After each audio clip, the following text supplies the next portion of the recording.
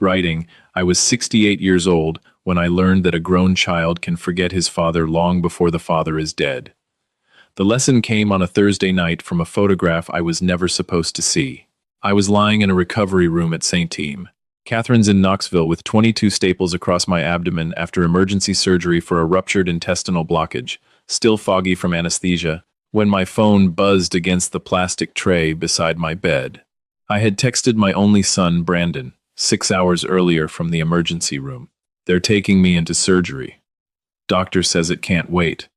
I'm scared, son. Call when you can. He had answered 43 minutes later. Can't leave Nashville tonight, Dad. We're closing a major account. Keep me posted. I had told myself not to judge him. Brandon was 41. He had a wife, 2 teenagers, a demanding sales job, responsibilities I couldn't see from a hospital bed. Then the photograph arrived in a group message from my sister Carol, who apparently didn't realize I had been excluded from whatever family conversation had produced it. Brandon stood in the middle of an expensive ski lodge in Aspen, Colorado, wearing a black turtleneck and holding a glass of bourbon, while his wife, Paige, leaned against him. Behind them were Paige's parents, her brother, and 2 couples I recognized from neighborhood cookouts. A banner hung over the stone fireplace that read, Happy 40th, Paige. I stared at the picture until I noticed the timestamp. It had been taken 90 minutes after Brandon received my message about emergency surgery. Then another notification appeared, but this one came from the property management account I used for the duplexes I owned on Cedar Ridge Drive. Transfer completed. $8,400 to Hawthorne Travel Services. I read it twice. The money had come from the rental account Brandon had been helping me manage since my wife died. I called him. He answered on the third ring, and I could hear music and laughter behind him. Hey, Dad. You out of surgery? I looked at the IV running into my arm. Where are you, son? There was a tiny pause, the kind most people would miss if they hadn't spent 38 years listening to firefighters lie about why they missed roll call. Still in Nashville, client dinner ran late. I looked again at the picture of him in Aspen. I see, I said. How's the account going? He laughed lightly. Big pressure, but I think we've got them. Not once did he ask whether the surgery had gone well. Not once did he ask whether I was alone. Not once did he ask whether I had been afraid when they wheeled me through those double doors. Instead, he said, Listen, Dad, I may be hard to reach tomorrow. Meetings all day. I looked at the $8,400 transfer and said, I understand. Enjoy the meetings. Then I ended the call. Until that night, I had believed generosity was one of the better things about me. My late wife, Ellen, used to say I had a rescuer's disease. She meant it kindly, but she wasn't wrong. I spent 32 years with the Knoxville Fire Department, and when you spend your working life entering buildings everyone else is running out of, you develop the habit of fixing whatever is in front of you. Brandon grew up watching that. When he wrecked his first car at 17, I helped him buy another. When he dropped out of college for a year because he said he needed to find himself, I covered his apartment until he found his way back. When he married Paige and discovered that 2 incomes still didn't make childcare cheap, Ellen and I watched the kids every Wednesday and most Saturdays.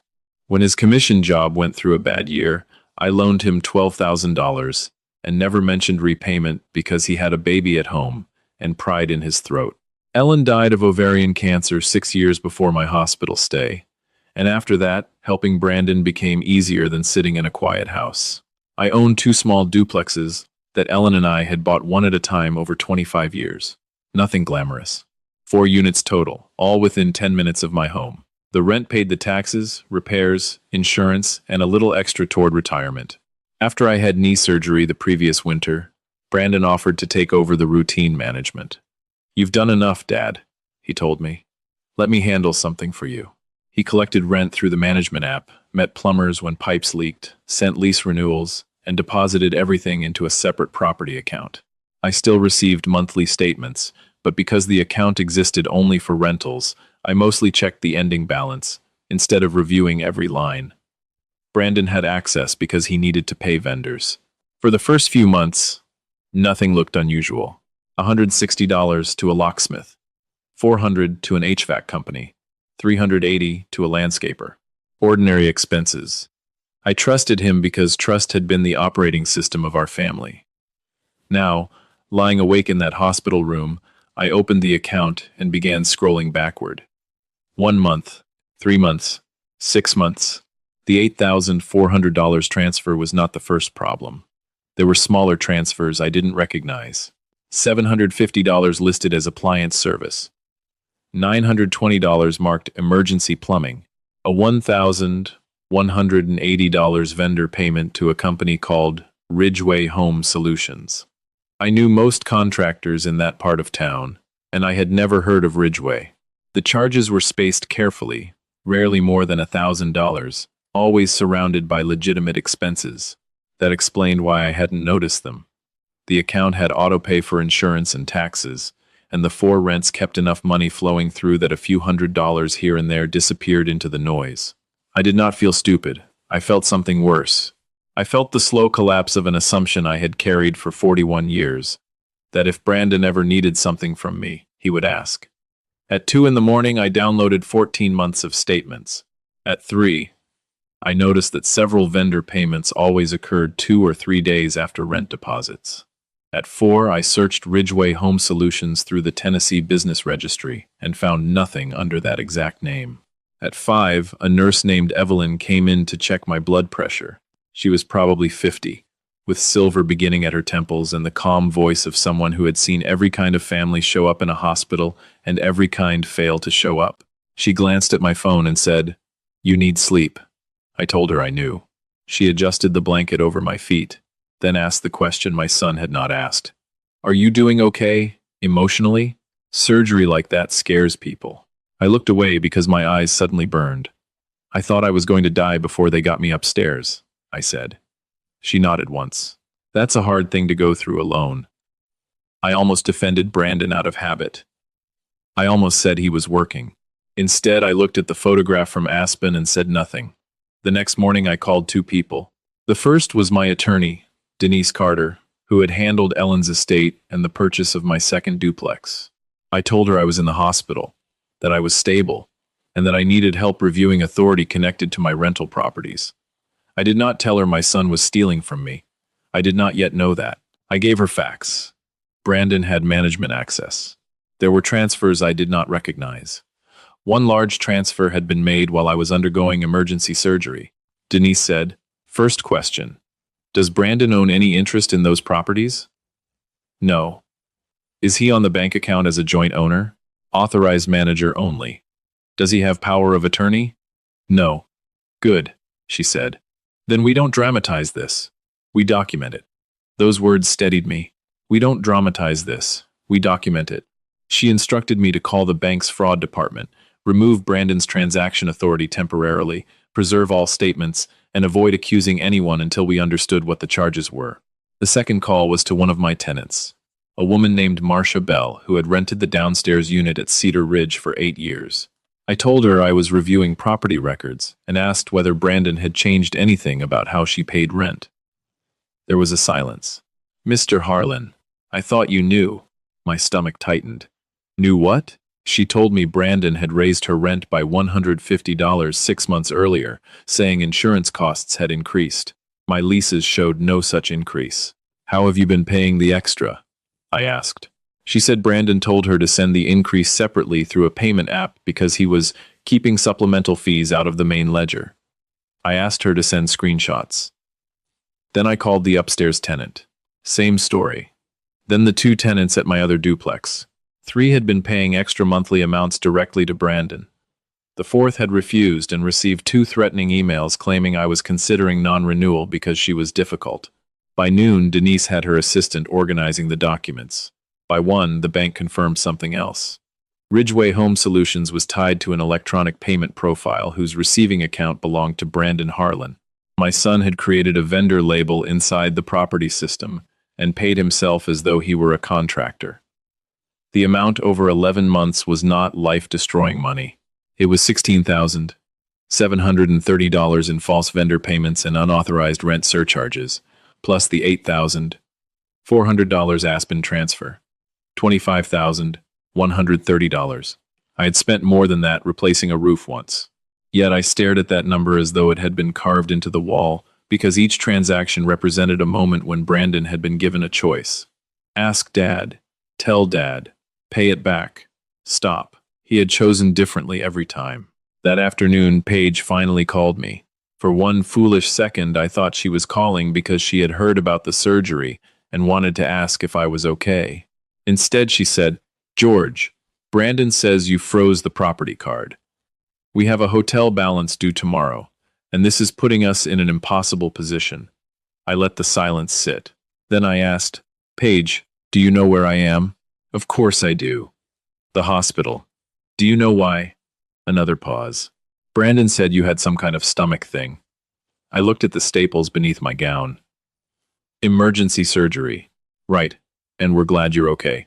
She said it quickly, like a sentence added after an editor pointed out something missing.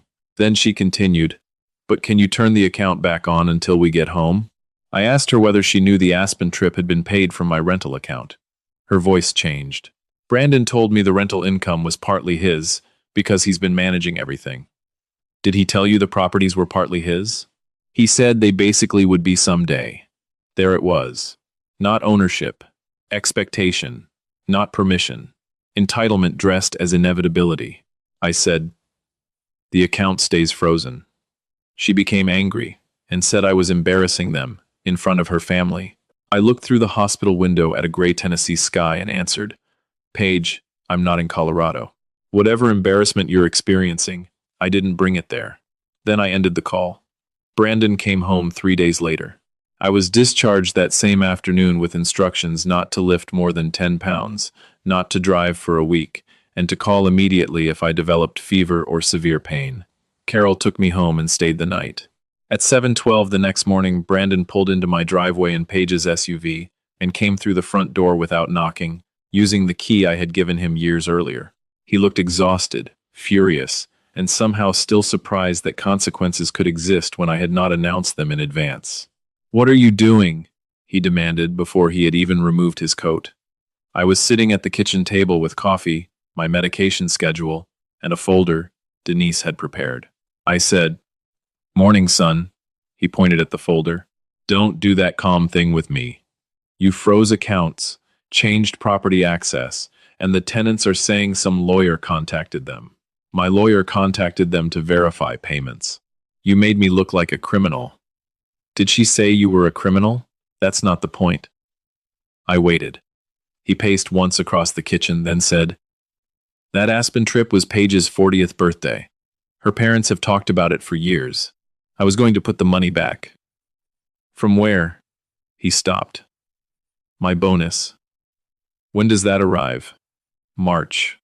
It was October. I nodded. "And the fake repair company?" His face lost color for half a second. "Ridgeway wasn't fake. It paid an account in your name. Because I did work for the properties. Do you have any idea how many hours I've spent dealing with those tenants? Then why didn't you invoice me as Brandon Harlan?" He opened his mouth and closed it. "Because you would have said no." "Probably." "Exactly." He said that as if it proved his case. I opened the folder and slid one sheet toward him. It listed every unapproved payment Denise and I had identified. You charged tenants increases that weren't in their leases. Costs went up. My costs didn't. I was managing the place. You were paying yourself without permission. He pushed the paper away. You've helped me my whole life. Why are you suddenly acting like I robbed you? That sentence hurt more than anything he had said because he genuinely seemed unable to hear it. I asked, "When I bought you your first replacement car, did that mean you could take another one whenever you wanted? That's different. When your mother and I watched the kids every week, did that mean you could leave them on the porch without asking? Come on, Dad, when I loaned you $12,000 during your bad year, did that make everything I owned partly yours?" His jaw tightened. "No." "Then why did helping you become ownership in your mind?" He sat down across from me, finally quiet. I could see the boy he had been and the man he had become occupying the same face, and for a moment I wanted to rescue both of them. I wanted to say we would forget it, that I would absorb the money, that family mattered more than paperwork. That was the old reflex. Instead, I asked the question that had been sitting inside me since the hospital. "Brandon, Do you know what you said when I told you they were taking me into surgery?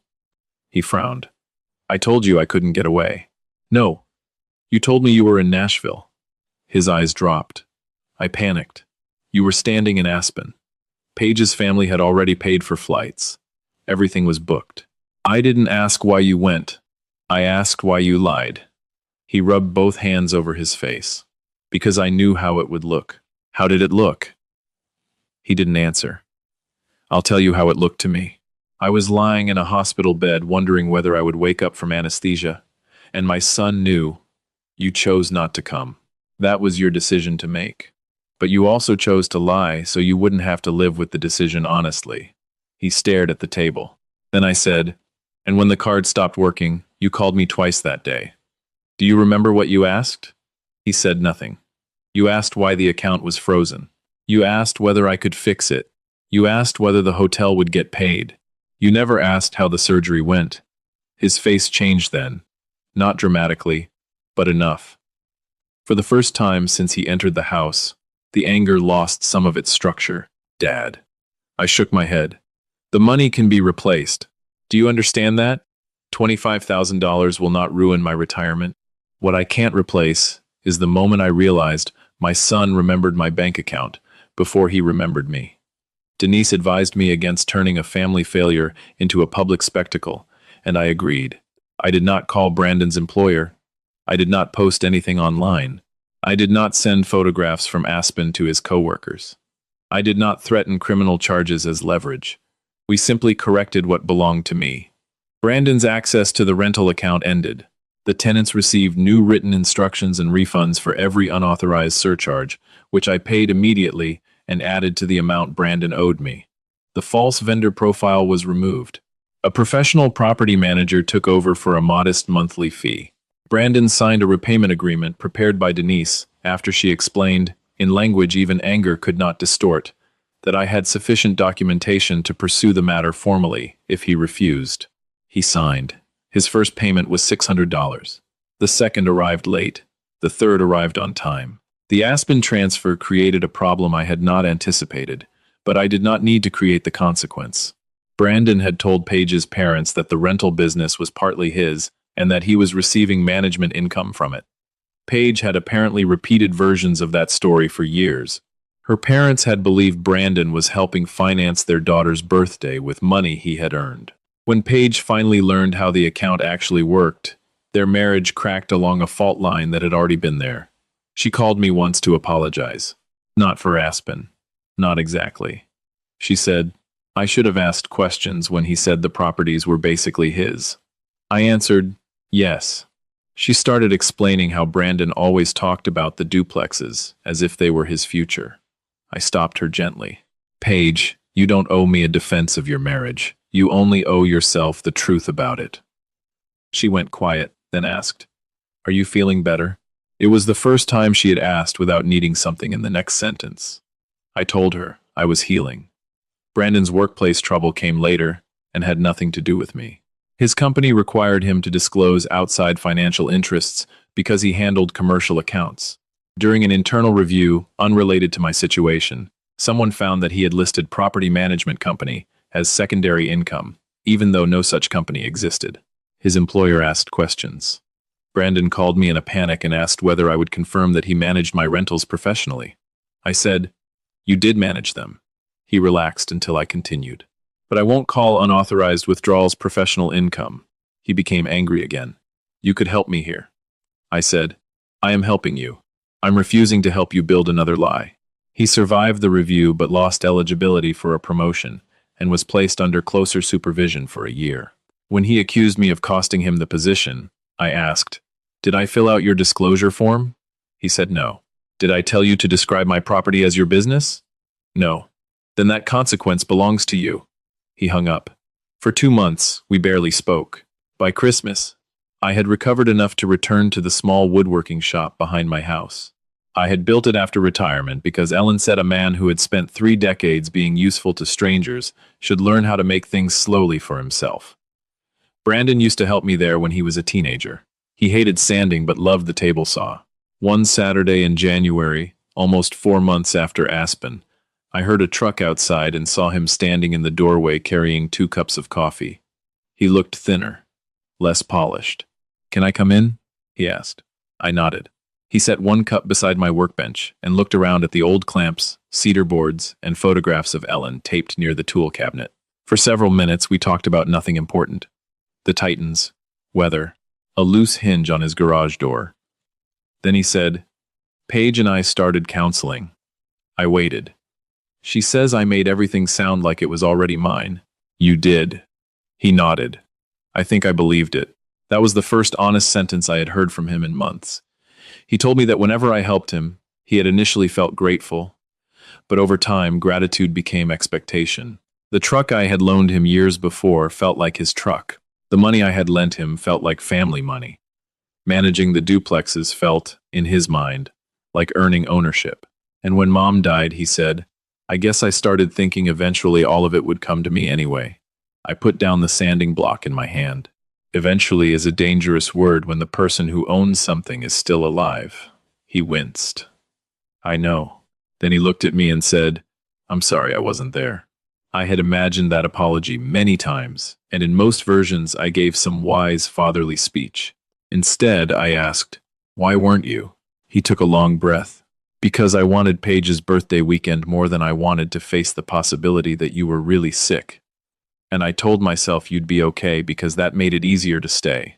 It was an ugly answer, which is probably why I believed it. He continued, "Then when you froze the account, I made the money the issue because being angry about money was easier than admitting what I had done." My throat tightened. That part hurt more than the transfers. "I know." He looked at the floor. "I didn't then."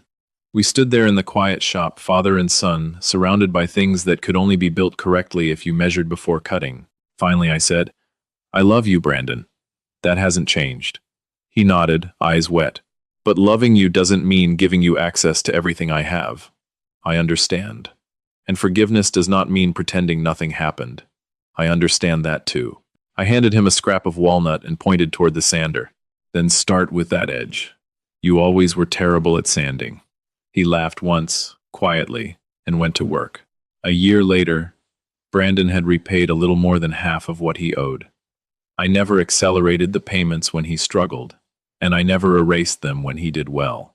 He and Paige stayed together, though I could tell their marriage had become more honest because it had become less comfortable. The duplexes were still mine. The new property manager sent reports on the first of every month, and I read every line now, not because I had become suspicious of everyone, but because trust and attention are not opposites. The tenants stayed. Marcia still brought me tomatoes every summer, even though she insisted they were too ugly for anybody else. Brandon no longer had a key to my house, but he came over more often than when he did. He knocked. That mattered to me. Sometimes we worked in the shop. Sometimes he sat on the porch and talked about his kids. He stopped asking me to solve every problem. I stopped offering before he asked. The relationship became smaller in some ways and stronger in others. One evening, while we were fitting drawers into a cedar chest I was making for my granddaughter, he said, "You know what I thought when I saw the card was frozen in Aspen?" I smiled. "I'm afraid to ask. I thought you were trying to ruin my weekend." He shook his head at himself. "It didn't even occur to me that maybe you were protecting yourself." I ran my hand along the edge of the drawer. "That's what boundaries look like to people who benefited from you not having any." He gave me a sideways look. "You practicing lines now? I'm 69. Everything I say sounds like a line." He laughed, and so did I. Later, after he left, I stood alone in the shop and thought about the night in the hospital. For a long time I believed that the worst thing Brandon took from me was money. Then I thought it was trust. Eventually I understood it was neither. What he took was the illusion that love automatically teaches gratitude. It doesn't. Sometimes love without limits teaches the opposite lesson. It teaches people that your sacrifice is normal, your resources are available, your forgiveness is guaranteed, and your presence can be postponed because you will always be there later. My surgery taught me there may not always be a later. So I stopped measuring fatherhood by how many problems I could remove from my son's path. I started measuring it by whether I could tell him the truth and still leave the door open for him to walk back through honestly. Brandon did walk back through. slowly, imperfectly, at his own expense. That was the part I had denied him for years, the dignity of paying for his own mistakes. The $25,130 mattered because it showed me the pattern. But the number was never the heart of the story. The heart of it was much simpler. I had been lying under hospital lights wondering whether I would see another morning while the people I had spent years supporting were worried about whether their vacation would stay comfortable. I could replace money. I could hire a property manager. I could change passwords and permissions. What I could not keep doing was financing a relationship in which my usefulness mattered more than my life. So I stopped. I did not destroy my son. I stopped protecting him from the weight of his own choices. And that turned out to be the first thing I had done in years that gave both of us a chance to become better men.